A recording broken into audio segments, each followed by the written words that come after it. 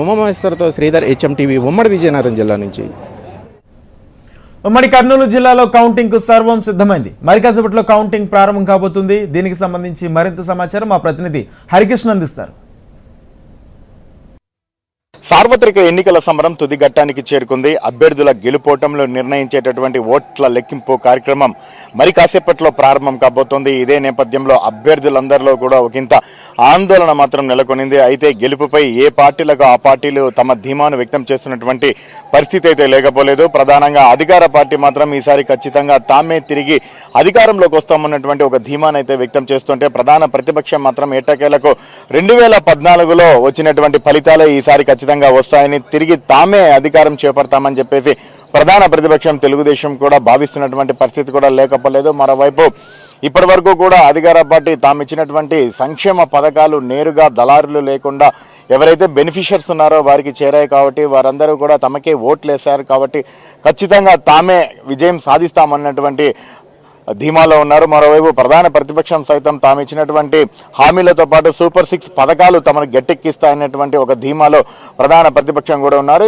ఇదే నేపథ్యంలో జిల్లా అధికార యంత్రాంగం అంతా కూడా పూర్తిగా అప్రమత్తమైంది. కౌంటింగ్కి సర్వం సిద్ధం చేసింది. ఎటువంటి అవాంఛనీయ సంఘటనలను చోటు చేసుకోకుండా పూర్తిగా భద్రతను ఏర్పాటు చేసింది. ప్రస్తుతం మనం కర్నూలు జిల్లాలో ఉన్నటువంటి కౌంటింగ్ కేంద్రం వద్ద ఉన్నాం. కర్నూలు నగర శివారులో ఉన్నటువంటి రాయలసీమ యూనివర్సిటీలో కర్నూలు పార్లమెంటు పరిధిలో ఉన్నటువంటి 7 నియోజకవర్గాలతో పాటు అలాగే నంద్యాల జిల్లాకు సంబంధించినటువంటి పాణ్యం నియోజకవర్గానికి సంబంధించిన కౌంటింగ్ కూడా ఈ ప్రాంతంలోనే జరుగుతుంది. కర్నూలు పార్లమెంటు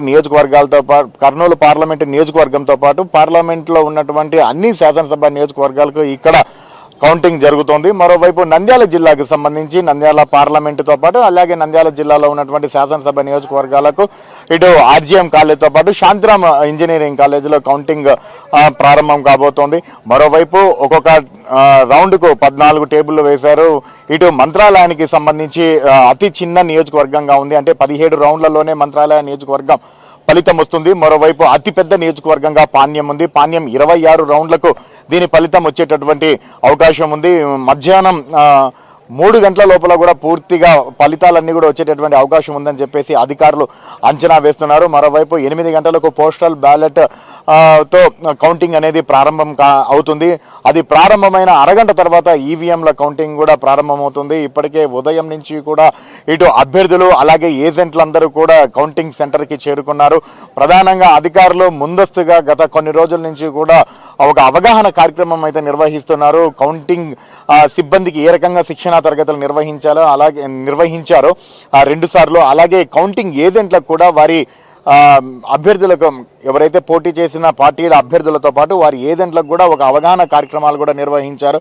ప్రతి ఒక్కరు కూడా ఖచ్చితంగా తమ పాసులు మాత్రం వెంట తెచ్చుకోవాలి. మరోవైపు మొబైల్స్ మాత్రం ఎట్టి పరిస్థితుల్లో లోపలికి అలౌ చేసే ప్రసక్తే లేదని చెప్పారు. గతంలో ఏవైతే ఉన్నాయో వాటికి సంబంధించి కొంచెం ఈసారి కఠినంగా వ్యవహరిస్తున్నామని కూడా స్పష్టం చేశారు. ఇదే నేపథ్యంలో ఉదయం నుంచి కూడా ఒకవేళ మర్చిపోయి మొబైల్స్ తెచ్చుకుంటే ఇక్కడ డిపాజిట్ కౌంటర్లో డిపాజిట్ చేపిస్తున్నారు. ఒకవేళ పాసులు మర్చిపోయి వస్తే మాత్రం నిర్దాక్షిణంగా ఎనికి పంపిస్తున్నటువంటి పరిస్థితి కూడా లేకపోలేదు. ఇప్పుడు మనం చూస్తున్నటువంటి రాయలసీమ యూనివర్సిటీ ప్రాంతంలో సుమారు 2 కిలోమీటర్ల మేర ఉన్నటువంటి దుకాణ సముదాయాల అన్నిటిని కూడా పోలీసులు పూర్తిగా క్లోజ్ చేశారు. 3 అంచెల భద్రతను కూడా ఏర్పాటు చేశారు. ప్రధానంగా ఇటు నంద్యాల చెక్ పోస్ట్ దగ్గర ఒకటి, అలాగే రాయలసీమ యూనివర్సిటీ సంబంధించినటువంటి ప్రాంతంలో ఒకటి, అలాగే ఎంటర్ అయ్యే దగ్గర ఇంకొకటి. సో ఇట్లా మొత్తం కూడా 3 అంచెల భద్రతతో పాటు అలాగే లోపలికి వెళ్ళేటప్పుడు కూడా క్షుణ్ణంగా తనిఖీ చేసిన తర్వాతనే లోపలికి పంపిస్తున్నటువంటి పరిస్థితి ఉంది. మరోవైపు గతానికి భిన్నంగా గతంలో ఎన్నడూ లేని విధంగా కర్నూలు జిల్లాలో ప్రశాంతంగా పోలింగ్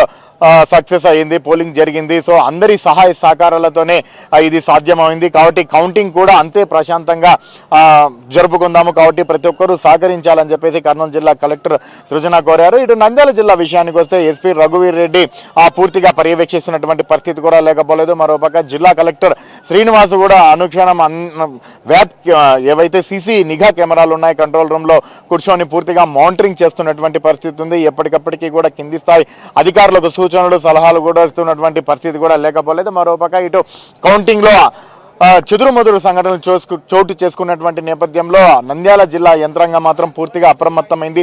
ఏకంగా 22 చెక్ పోస్టులను ఏర్పాటు చేసింది.